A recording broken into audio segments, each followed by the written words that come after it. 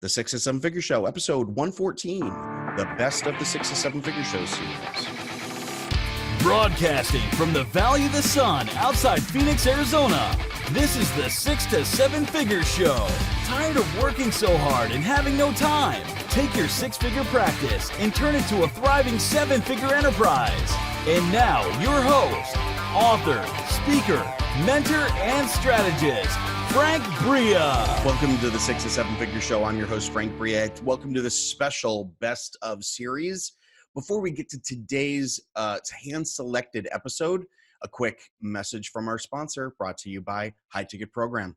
Any service business owner looking to reach seven figures suffers from the same problems. When you start the journey, you're on your own, managing tasks and maybe a few team members.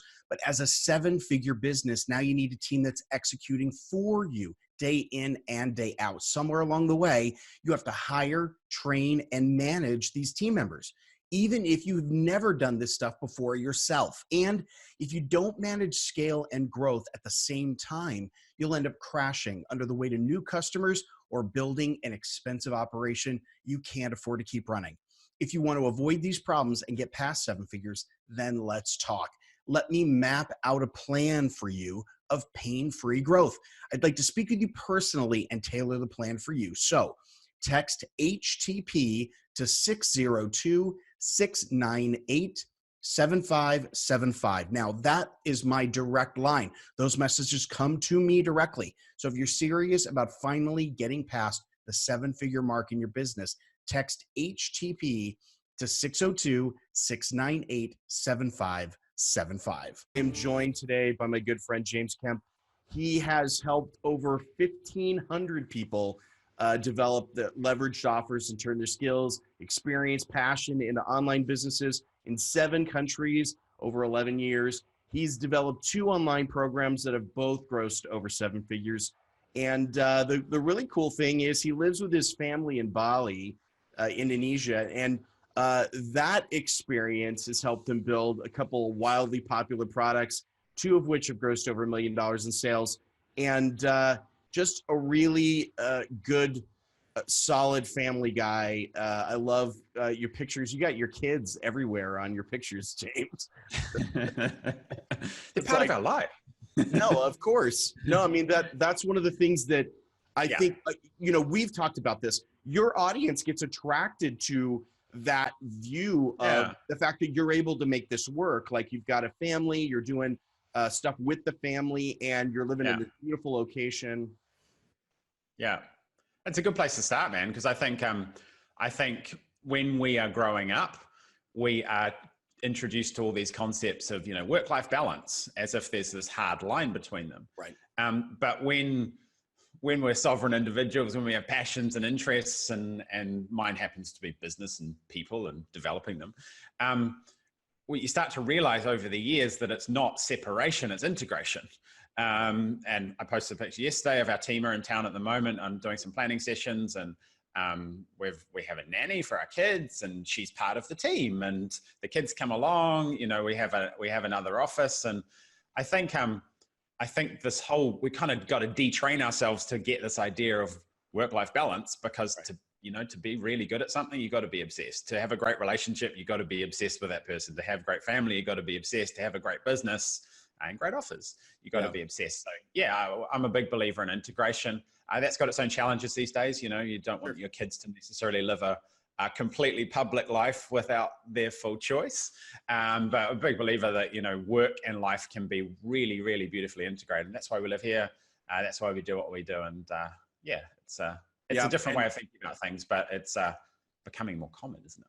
Yeah, I think it is. And I think that there's a lot of there are a lot of great elements to it. I got to ask though, if you've ever had the moment, did you see that BBC moment a number of months ago where the gentleman's on live video on BBC and his kid walks in the back? Did you see that video at all? Yeah. Does that ever happen? Have you had that with the work-life balance really critically?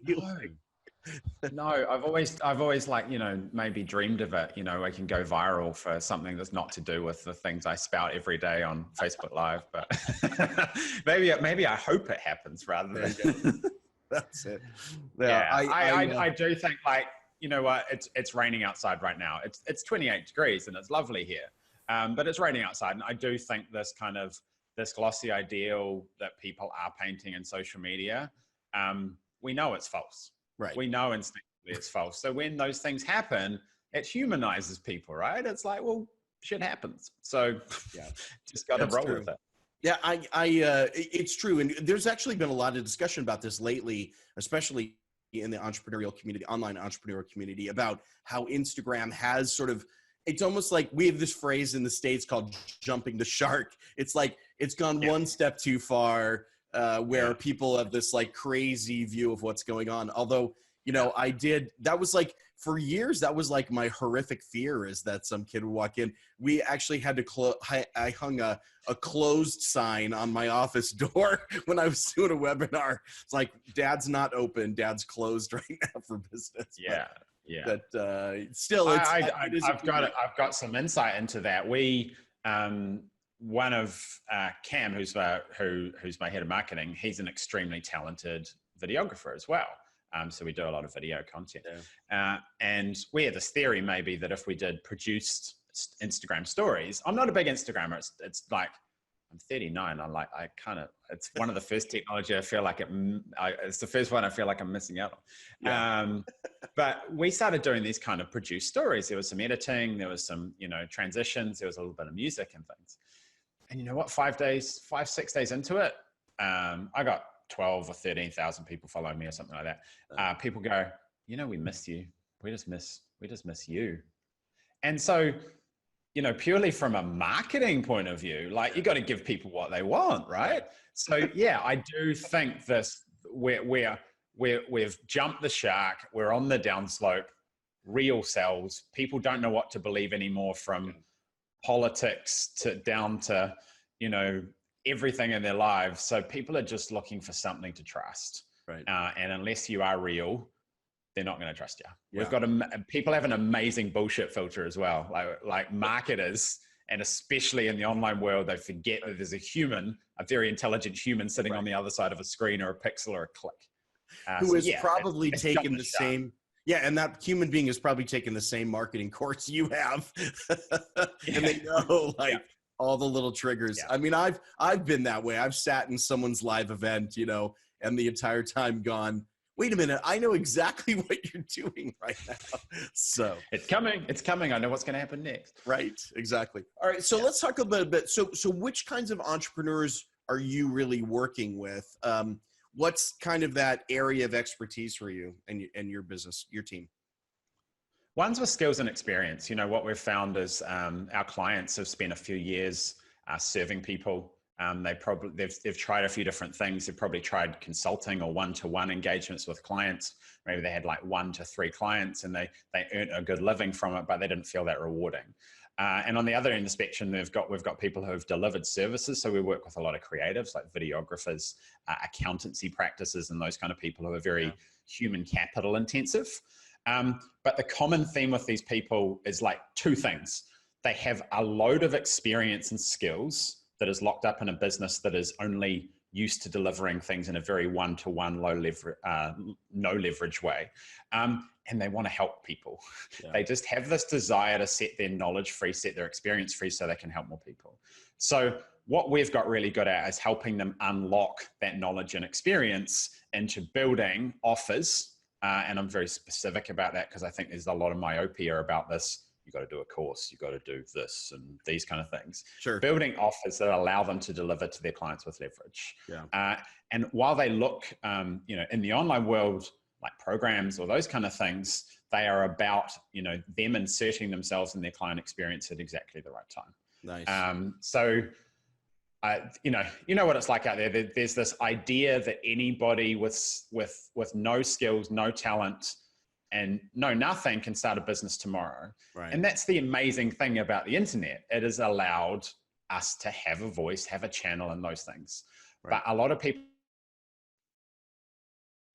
myth that every single skills and it's valuable, where really there's this huge pool of people who are deluded about their skills, frankly, who don't have enough valuable real world experience in helping people. Right. And then there's this huge group of people who are, don't understand how much value they're sitting on, and don't how much understand that the spreadsheets, the templates, the everything that's sitting in their hard drives and in their brain, and they've written on whiteboards for clients, and the things they output can be delivered with leverage to people all over the world.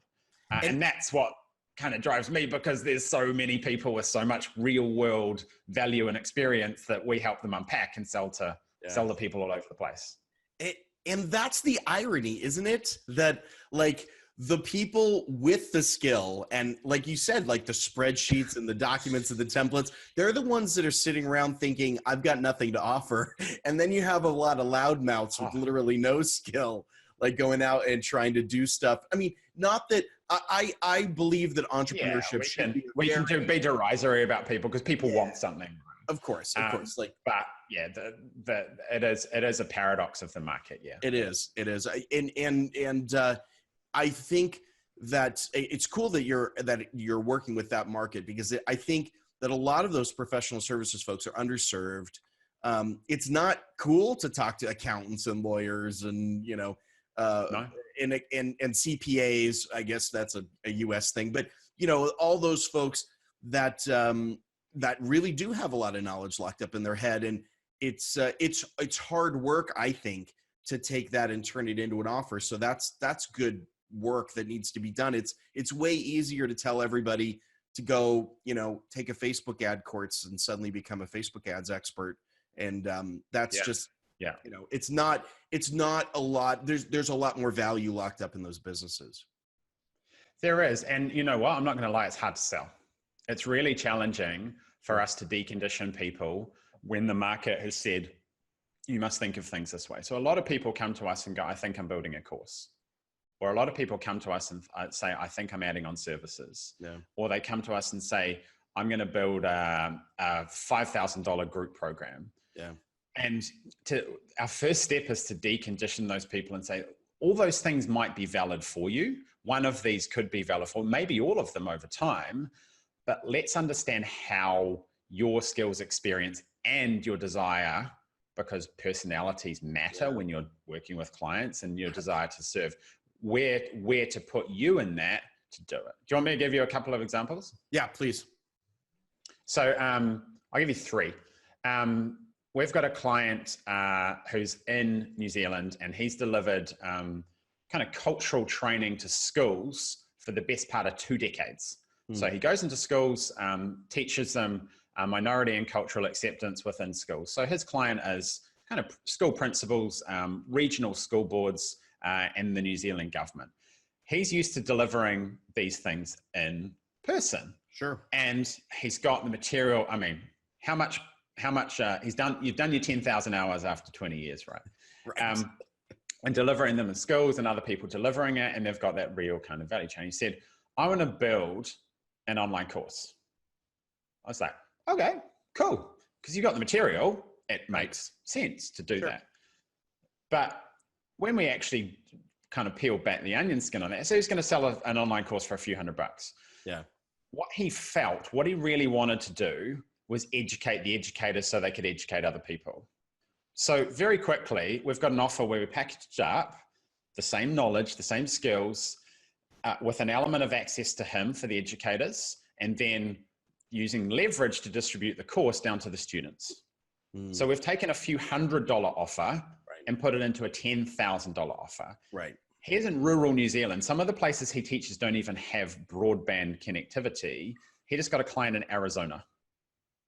So it's challenging. It takes some time, and we have resource and conversations that we allocate internally to do those things in terms of the client experience. But it's really important for us to scale things, because we know how powerful the internet can be once you let the genie out of the bottle, right? So getting that offer that's not only something that people want to buy, but actually right for this person to deliver and actually drives it forward is far more sustainable and far more powerful. That's great. I'll give you a high contrast example. Okay. 2 videographers. Some young guys, super talented, work with some amazing brands.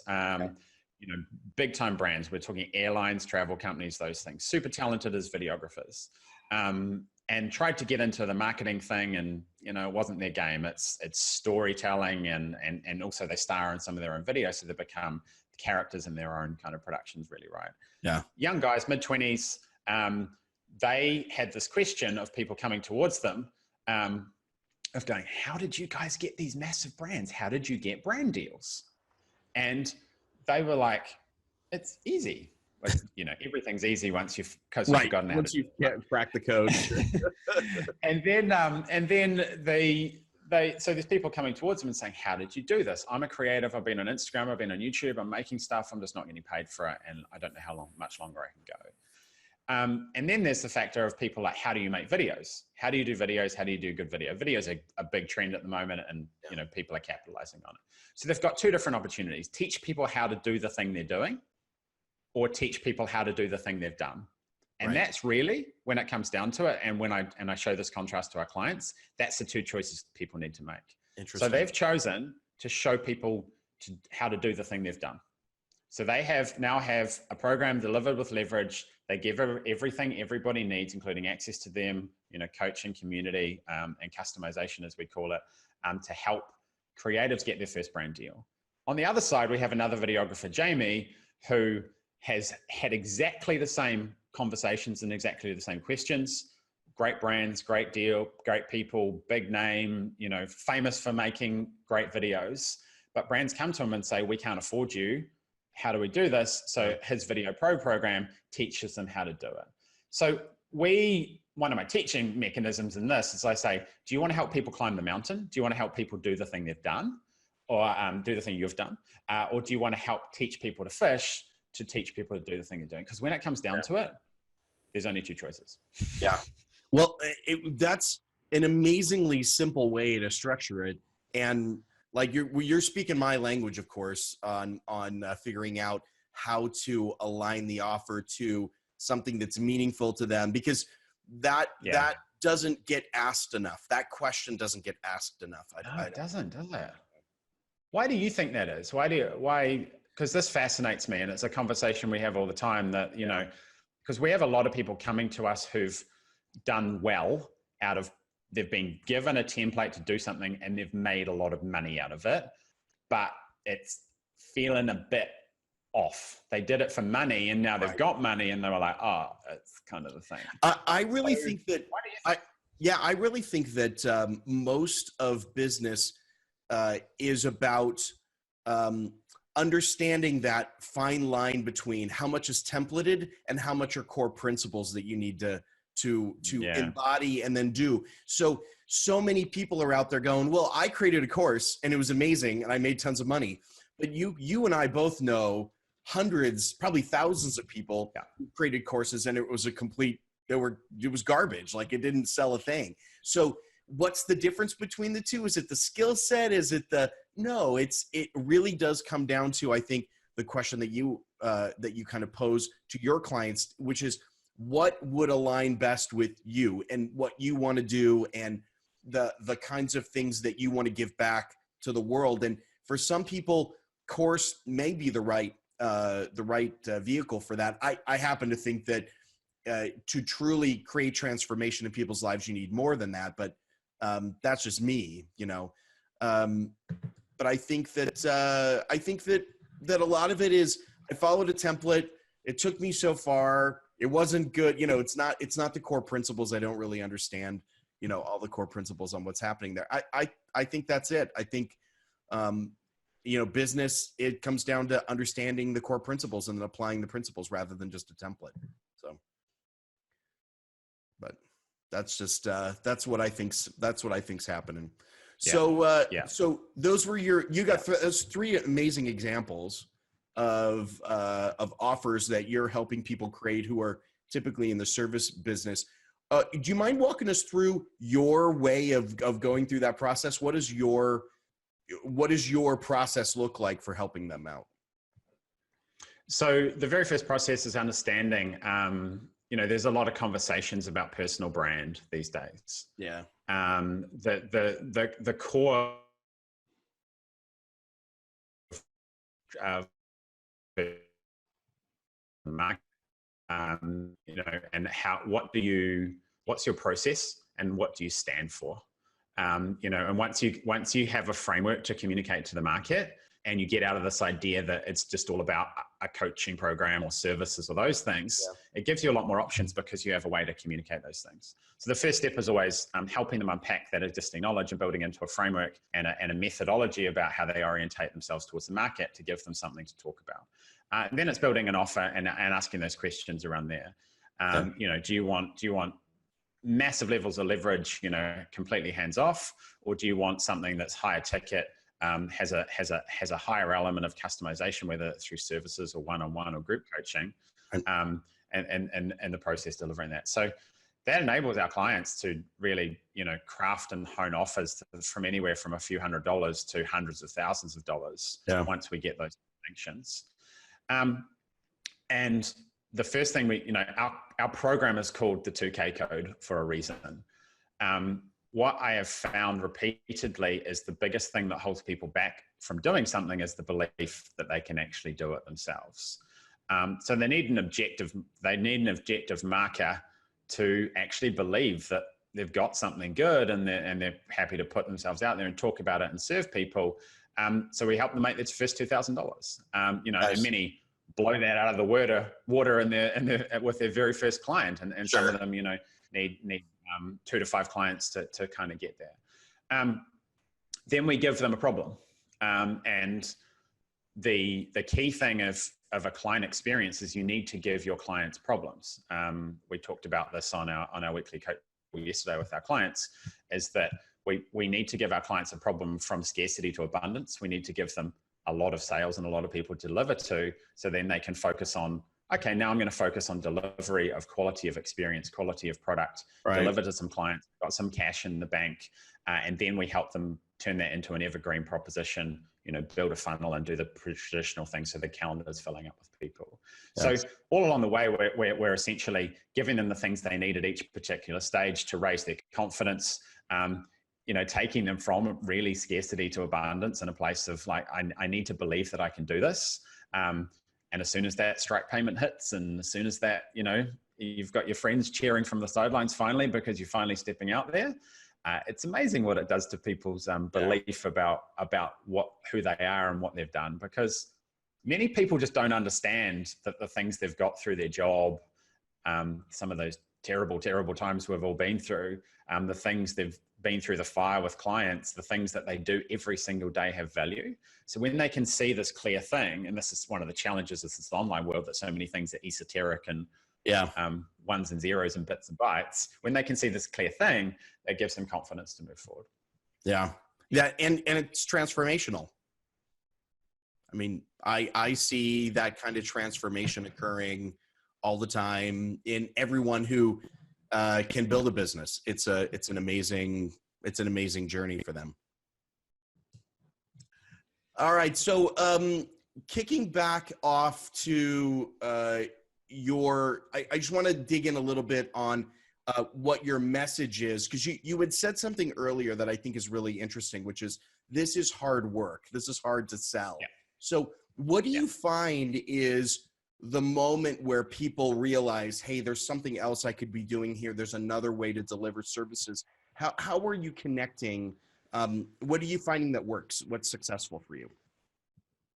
It is super challenging because you need to give people a vision, and you need to paint a picture of what this can potentially look like, and actually insert those ideas into their mind that the things they already have, they're sitting on their network, their skills, their talents, and all those things have an intersection. Yeah. Often the clearest path to that is something around their framework and something about their methodology. So we have to do a lot of storytelling because we work with people in close to 40 industries. Unless people can get context, that they can't visualize what these things look like. So examples like, you know, Jamie and Matt and Josh, you know, the videographers and those things, draw a high contrast between people who are the same, but have deployed things in certain ways. Because I've got a lot of those stories where two accountants can approach things in a certain way. Two consultants who are technically competition. There's no such thing, but we'll get onto that another day. Have approached things in different ways. So you have to give them a sense of belief and a sense of context by telling stories. My natural way of writing and copy, I've been doing videos, I've been writing, we looked the other day, I'd done 1,300 live streams on Facebook. I send a daily email to our subscribers and those things. My natural state is telling stories. I think there's, if people want to learn about how to codify these things, like Donald Miller's book is excellent at understanding how to frame up your clients as the hero of those stories. So, the only way that we know how to do it is tell stories about client success and show those. And also that also gets over that piece where no one's quite sure what to trust because things are so goddamn easy to fake in the online world. But what you can't fake is telling someone's story and then turning up in that context in that story and commenting on that or putting a video out there and saying that all these things happen. We've got a story here where someone is like, thank you so much. I think that yacht trip that I planned around the world with my family is 6 months closer than I thought it was, So it's about giving people context. And I think that's relevant to anybody who's trying to do something in the online world, because when we can't see and touch and feel something, we need to understand the context of how that's going to actually impact a person, and through storytelling and showing other people how other people have benefited from that. It's extremely effective. Yeah. And I would imagine that seeing your clients seeing themselves as the hero of their own story in and of itself moves the needle drastically in terms of creating that transformation they need to see in their own lives in order to execute this new business model.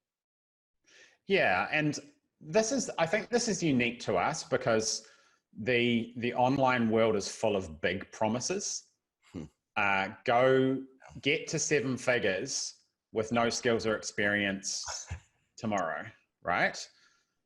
But you know what? I found the opposite. A series of small promises is much more effective and believable for people to sequence through. So we have, objective and subjective small promises. We will help you make your first 2K. That's our promise. That's a commitment. Yeah. What's the next step after that? Where do you want to go? Now we understand what their vision is. Right. Okay, well, the next step isn't making $1 million. Right. The next step is getting to 10K a month consistently, because then you have, goodness me, a business. Right. And you have an offer that you can run from anywhere, do anything with a 6-figure income. Okay. And you and me know that the dirty secret is taking somewhere from 10K to 50K when they've got a great offer is really fucking easy. Right. You up level the detail, you get a bit more consistent with the marketing. It's tweaking the dials of what they've already got. Don't tell anyone. Then it's that, okay, what do you want this business to be to the world? Yeah. Then you need to start thinking about more sophistication around their offers, community elements, but also you need to work on the human, because what are they going to do with this newfound time, abundance, freedom, and choice? Because that's something that I didn't appreciate. Yeah. Dude, I made $1 million sitting in a basement in New Zealand with me and a cell phone. And I thought that money would solve everything. And God damn, it didn't. Yeah. And because I've been through that experience, I know that we both need to up-level the business, which in this day and age of leverage and distribution and connectivity is actually simple with the right structure. Right. But we need to level the person, because we've created problems that they didn't have before. And a good program at its core creates problems that people didn't know that they had. So you can then continually solve them for somebody until you run out of problems to solve. But unfortunately, that never happens. Again, this theme of transformation. I mean, that really is true. I think a lot of people don't realize that with a transformation in how you interact with the world in terms of your business has such an impact on who you are as a human being. It is something that I think a lot of people don't appreciate. Question I want to ask you specifically, because you've been through this journey and you've got experience with this and you're working with experienced folks. What is the one thing that you wish you knew going into this that if somebody just giving you that secret ahead of time would have saved you a lot of pain and suffering along the way? I've got a confession to make. I cheated at this because someone asked me on an interview yesterday this question. It's that having a single amazing offer can change everything. Mm. Yeah. That the offer doesn't matter what it's called. Like, I don't care if you call it a course or a program or a service or an experience or whatever. Right. That a single offer can change everything. That our job as people serving a market is to go through complexity so our clients don't have to. That's it. Yeah. Like, at the end of the day, that's it. What's the simplest way to solve the billions of problems on the face of the earth? Right. And when you find out that, everything returns to one, all the things that you're told you must do, you should do, that you have to have this business model, that you have to be marketing on this channel, that you have to build your business like this, fall away into this beauty of clarity and simplicity. You know what? We need to memorialize this because I haven't listened to my own advice enough over the years, because you remember that very first offer I made. I helped e-commerce businesses grow using experience that I had in the e-commerce space. Right. And I went to build complexity, and then I built more stuff, and I did more offers, and I did more things in a quest to grow. Yeah. It took me 18 months to come back full circle and say that it's about one thing. It's about one great offer, one great experience, solving one problem extremely well and being world-class at it. And that will change everything in your life as long as you're prepared to go on the journey as well. Well, I would say you've internalized that, because you and I had a conversation not long ago where I think you memorialized the feeling. You should probably trademark this now with the, you're one offer away, not whatever else someone else said. But so I think he's doing great work, but yeah, I think your one offer away is much more true than your one funnel away. Well, and the way that you've described offers, you've kind of bundled the elements together into the creation of the simplicity, and it really does take, I think, someone with experience and knowledge to take something complicated and make it simple, to create simplicity out of the chaos, to create a simple path for your client to walk through. That's actually hard work. That's not easy. It's really hard work. It's taken a while. It's taken a long time. It's taken some mea culpa moments along the way where where the question had to be shifted around to understand that I was asking the wrong question of myself and our team. It's what can we take away rather than what can we add? And in a world that's constantly chasing more, that is a challenging reframe of that question. More, you just want more. How do you get more? Will you add more? It's a flawed way of thinking that isn't really our fault to do it, but we've fallen into the trap of more is more. And it turns out those all chases. Yeah, that it is less is more. The more is more thing definitely is not that is, I think, a false principle. Well, James, I know you're a busy guy and we are out of time. Unfortunately, you and I could talk like this for hours, I'm sure, because probably. I'll see you next week then. Right. We'll just keep doing that. We'll just keep riffing. Exactly.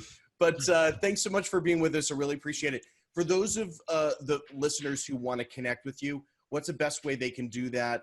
Is there some way they can kind of kick off a conversation with you online? Website. And okay, so if people want to connect with you, what's the best way to go about doing that? Facebook. It's where I have the most conversations. It's the most real me in the online space. Not Instagram. So they shouldn't go to Instagram. Not Instagram. I'm moving into being a selfie king, but I'm not quite there yet. Look me up on Facebook. I'm the guy who looks like he lives in a warm tropical country. So I'm not difficult to spot. Sleeves are overrated. Probably. I'm sure they are. They should be overrated for me too. Like we're today, just as we're recording this broadcast, I think we're over 110 degrees Fahrenheit, like into the mid 40s Celsius. So it's a little warm here too. So. We need more gun show, Frank. We need more gun show. There you go.